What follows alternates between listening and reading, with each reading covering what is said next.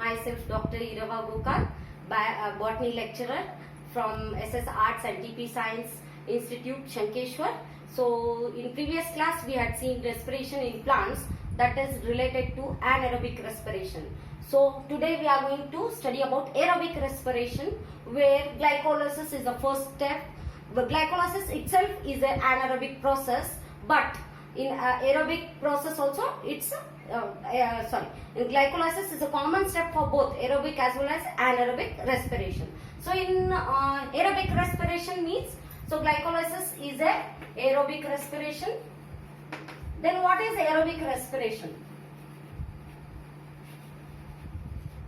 So aerobic respiration. What is aerobic respiration then?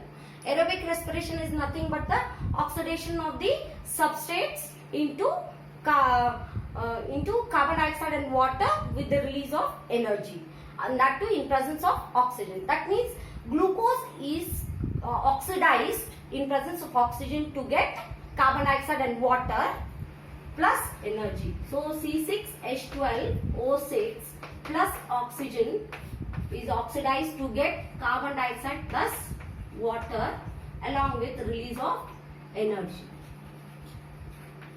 So energy is released. So in this process it includes many steps here. For each step is catalyzed by the enzymes here. So here now in aerobic respiration, glycolysis is the first step. Second step is Krebs cycle. Third step is our ETS, that is electron transport system, and fourth step is oxidative phosphorylation. So first step, that is glycolysis. Let us see what all things are included in glycolysis. So glycolysis means nothing but it is the breakdown of the 6 carbon compound into 3 carbon compound, that is pyruvic acid, with the release of NADH, NADH plus and H plus ATP is released. ATP is nothing but our energy. So here this process it takes place in the cytoplasm. So it takes place in the cytoplasm. So it's a aerobic respiration. It takes place in the cytoplasm, and in presence of oxygen it takes place. In presence of oxygen. So here glucose is a 6 carbon compound which is converted to glucose 6 phosphate. So here phosphorylation is taking place due to the utilization of the ATP in presence of hexokinase enzyme. So again it is a 6 carbon compound, glucose 6 phosphate is converted to, or isomerization is taking place, that is the position is changing here to fructose 6 phosphate. Again here ATP is utilized. So this step what we call as preparatory phase or preparatory phase or utilization phase. So it's a preparatory phase. Okay, preparatory phase. Then fructose 6 phosphate is, after that phosphofructokinase, with this enzyme it is converted to fructose 1,6 biphosphate. Then what is the need of this conversion from fructose 1,6 biphosphate? As we know that glucose is a 6 membered ring, that is 6 carbon ring, that is here we have, this is HOH, and this is OH, H, and this is HOH. Here we have CH2OH. This is a 6 carbon ring, and this is glucose. Whereas fructose we have 5 carbon ring. So here we get 2 attachments. Here only one side we get for the attachment of the phosphate group.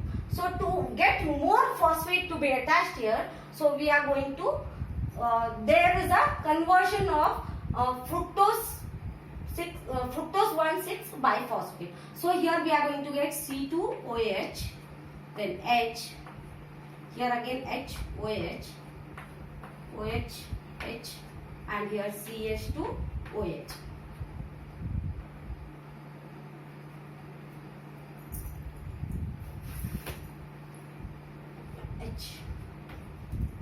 So here we are going to get two sites for the attachment of the phosphate groups.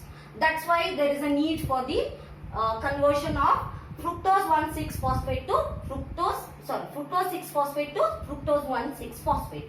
So after that there is a splitting between this fructose. It has to split. So for splitting there is a aldolase enzyme which breaks this fructose 1,6-phosphate into. So up to this it was a 6-carbon compound. Now it is going to break into two molecules, that is 3-carbon compounds. 3-carbon compound, that is one is PGAL and one is DHA. That PGAL is nothing but phosphoglyceraldehyde and DHAP is dihydroxyacetone phosphate. So both these are split. 6-carbon compound is broken into 3-carbon compounds now. So after that there is a so here there is an interconvertible conversion takes place in these molecules. That is phosphoglyceraldehyde may be converted to dihydroxyacetone phosphate and dihydroxy may be converted to phosphoglyceraldehyde group. So finally this DHAP is converted to phosphoglyceraldehyde. So we are going to get here two molecules each here. So one molecule is going to be converted, here it is finally first one step is followed, then this is again converted to this second step is followed. Means each step we are going to get two molecules of each molecule.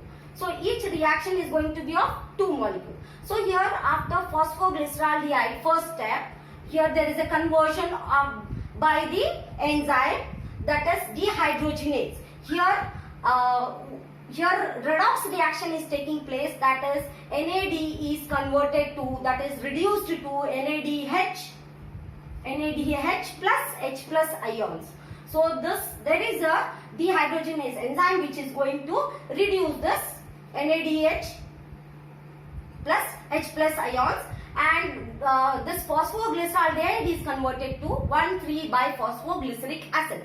So glyceraldehyde is ultimately going to be converted to acid form now. So by this 1,3-biphosphoglyceric acid we are going to get, again this is a 3-carbon compound, and we are going to get here ATP. So up to this there was a utilization of ATP, but here we are going to get the energy, that is ATP in the form of ATP. So this we call it as a pay phase or payoff phase. So we are going to get here energy. So during this by 1,3-biphosphoglyceric acid, by conversion of ADP to ATP, this phosphoglycerokinase enzyme is going to help. So next we are going to get the 3-phosphoglyceric acid. So after 3-phosphoglyceric acid, there is a position change here. Isomerization is taking place to phosphoglyceric acid. 2-phosphoglyceric acid, and in presence of the enzyme, that is phosphoglyceromutase. Okay, then this 2-phosphoglyceric acid is going to be converted to phosphoenol pyruvic acid. So during this process, enolase enzyme is going to act, and there is a dehydration here, due to which water molecule is removed and it is converted to 2-phosphoenol pyruvic acid. Again further, this is the last step where pyruvate kinase enzyme is going to act on this phosphoenol pyruvic acid, where there is again conversion or the release of energy we are going to get in the form of ATP.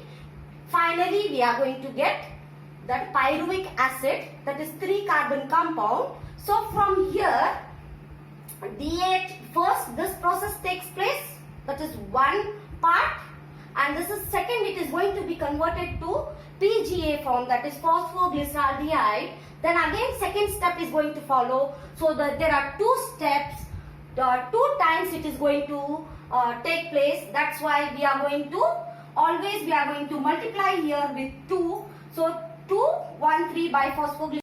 So here 1,3-biphosphoglyceric acid, it is always multiplied with 2, and from here this process is also multiplied with 2. Finally we are going to get a 2-pyruvic acid.